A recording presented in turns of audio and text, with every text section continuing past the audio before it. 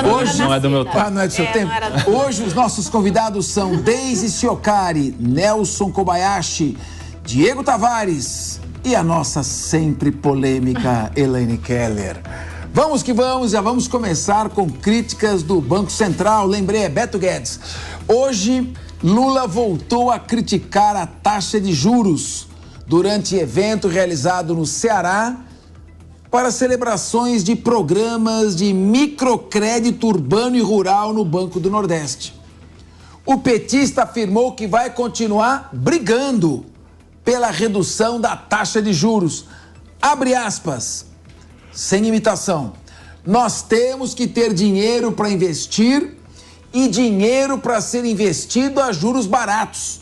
Por isso que o cidadão do Banco Central, deve ser o presidente que ele está se referindo, precisa saber que ele é presidente do Banco Central do Brasil e não de um país que não seja o Brasil e que precisa baixar os juros, fecha aspas. Na mesma declaração, Lula ainda falou sobre a autonomia do Banco Central e que por isso não tem mais interferência da presidência da República.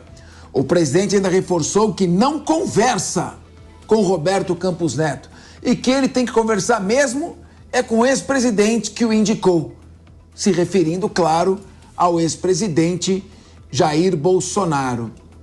Meu querido Diego Tavares, estamos entrando em setembro com essa briga, essa música, quando entrar setembro, é da novela As Três Marias, em que a Maitê Proença estreava em 1980, nas novelas das 6 da Rede Globo.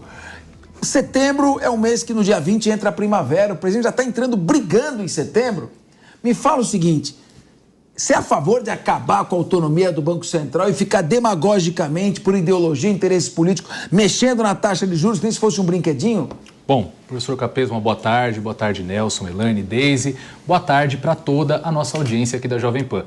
E é evidentemente inviável que você tire a autonomia do Banco Central, professor Capês. A autonomia do Banco Central, inclusive em estudos internacionais, ela é tida como um dos grandes pilares dos Estados democráticos de direito, justamente pela importância dos juros. Os juros é o preço do nosso dinheiro. E se você deixa o preço do nosso dinheiro condicionado às nuances da política, evidentemente que esse controle não vai ser feito da forma mais eficiente possível. Agora, me chama muita atenção duas coisas. Como o professor disse, entrando a primavera e o Lula ainda não consegue abandonar o palanque da eleição. Todo discurso ele precisa trazer o ex-presidente Bolsonaro, ele precisa colocar a culpa de alguma coisa no Bolsonaro. E o segundo ponto que me chama a atenção é que o Lula fala muito em regular a nossa economia pela diminuição da taxa de juros na canetada. Mas ele não fala em nenhum momento em uma canetada que ele poderia dar para reduzir o tamanho do Estado.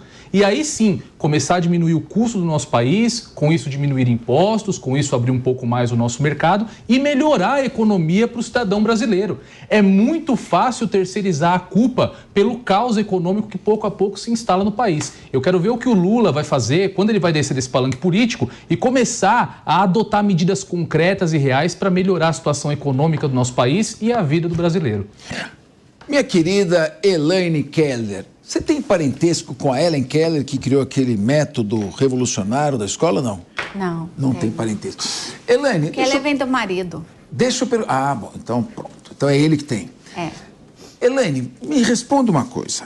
Senhor. Um governo gasta mais do que arrecada. Aí ocorre o chamado déficit fiscal. Então, se ele gasta mais do que arrecada, ele fica devendo. Quando ele fica devendo, ele tem que tomar dinheiro emprestado, vendendo títulos da dívida pública. E para ele poder vender, para ter gente que compra, ele precisa praticar juros que atraiam o interesse. Não é mais fácil gastar menos dinheiro, manter o equilíbrio fiscal, em vez de ficar subindo a arrecadação tributária, esfolando as empresas e alfinetando o presidente do Banco Central e ainda ameaçando o Brasil com o fim da autonomia do Banco Central? Eu acho que você não concorda com isso que eu estou falando? Não, o fim da autonomia do Banco Central eu não concordo mesmo. Boa tarde a todos que nos assistem e nos ouvem. Boa tarde, bancada. Já que você falou de música, sabe qual que eu gosto de falar de setembro? September, do Earth, Wind and Fire. Yeah. Boa demais. Conjunto musical excelente. Exato. Coloca Um conjunto fantástico. Muito bom. Olha, Earth, Wind and Fire, September. Muito bom. Tocava nas brincadeiras. Mas, eu acho que a gente depois podia fazer um playlist da linha direta. Vamos fazer. Da linha de frente. Eu tenho um playlist maravilhoso. E você, com muita inteligência e habilidade, fugindo das perguntas.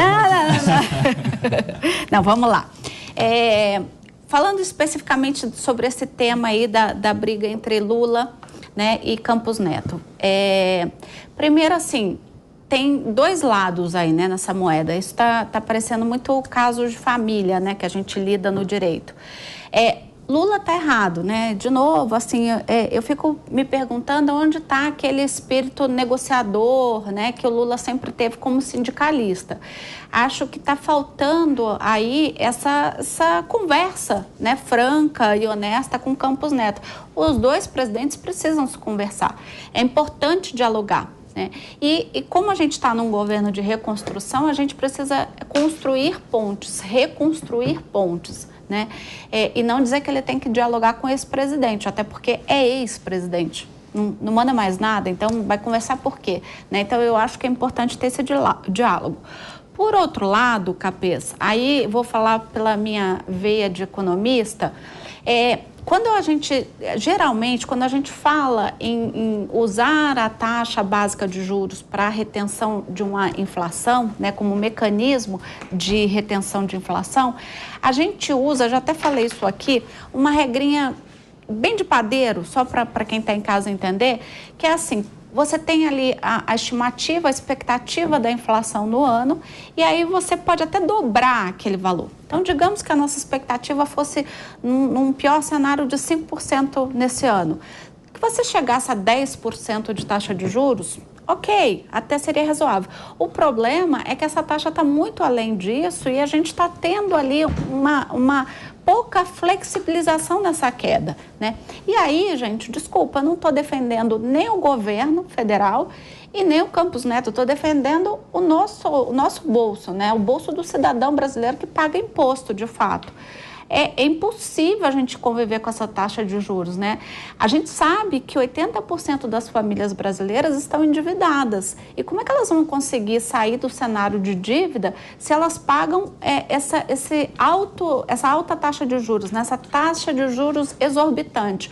Você não consegue, a sua dívida está duplicando. Parece até que a gente está devendo para a agiota. Com essa taxa de juros, quase que uma taxa né? A gente está pagando como se estivesse devendo ao agiota, mas não é, porque a gente está num cenário mesmo muito difícil. Então, assim, com relação a essa questão, pensando como cidadã, eu acho sim que Campos Neto poderia... mas essa também não é uma decisão só dele, né? E ele mostrou... Você acha que reduzindo a taxa de juros reduz a inflação?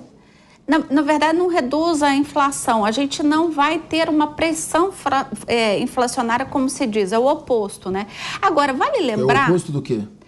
Não é que ele vai reduzir a inflação, mas em contrapartida, se a gente reduzir um pouco a taxa de juros, a gente também não vai ter pressão inflacionária porque reduziu a taxa de juros. Os economistas dizem o contrário. Quando você reduz taxa de juros artificialmente... Você aumenta a demanda e provoca inflação. Então, é isso que eu estou te falando. Não é artificialmente, porque a gente está aí com uma perspectiva de inflação de 5% ao ano.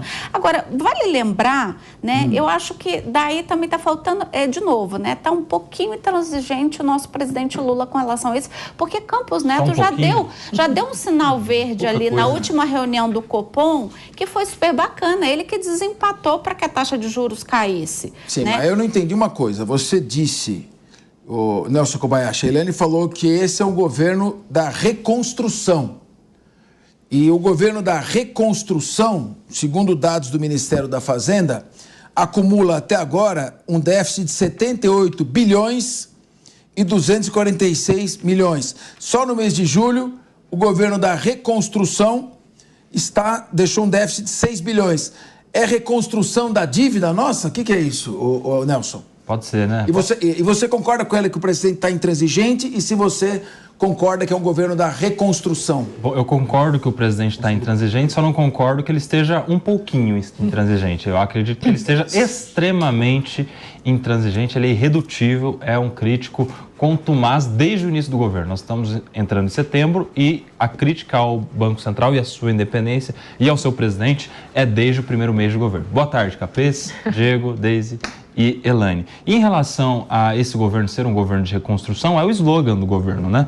E, contraditoriamente, o slogan não é só reconstrução, é união e reconstrução. E quando a gente vê esse tipo de conduta do presidente da República para com o presidente do Banco Central, que é nossa autoridade responsável por manter o valor da nossa moeda, a gente não vê nada de união. Pelo contrário, a gente vê desunião, a gente vê críticas até exageradas. Ele não toma o cuidado de citar o nome do presidente do Banco Central. Ele se refere a ele como esse cidadão. Ou seja, se alguém pretende união, não é com esse tipo de conduta que vai alcançar o objetivo de unir o país, de pensar para o futuro, para alcançar a tão esperada reconstrução que consta nesse mesmo slogan de união e reconstrução, Capês. Deise Ciocari, você é cientista política, faz uma análise sobre esses aspectos comportamentais na política.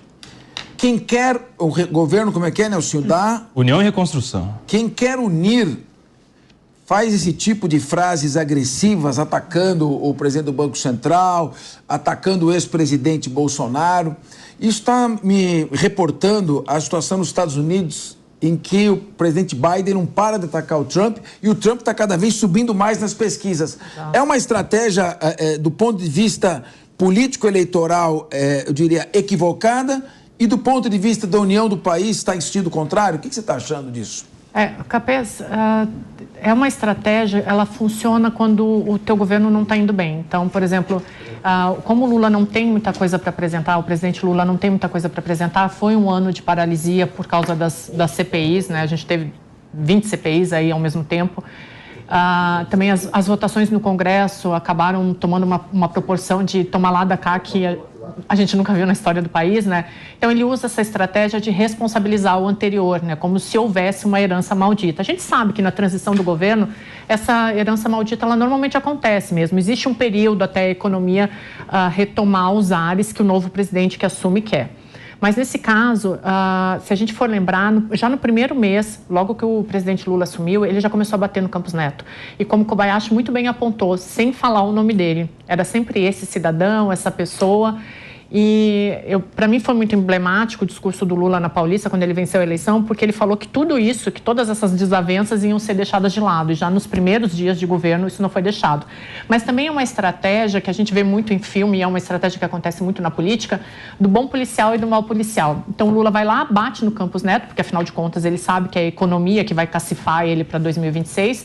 Então ele bate no Campos Neto, daqui a pouco vocês vão ver, o Haddad vai lá e afaga, né?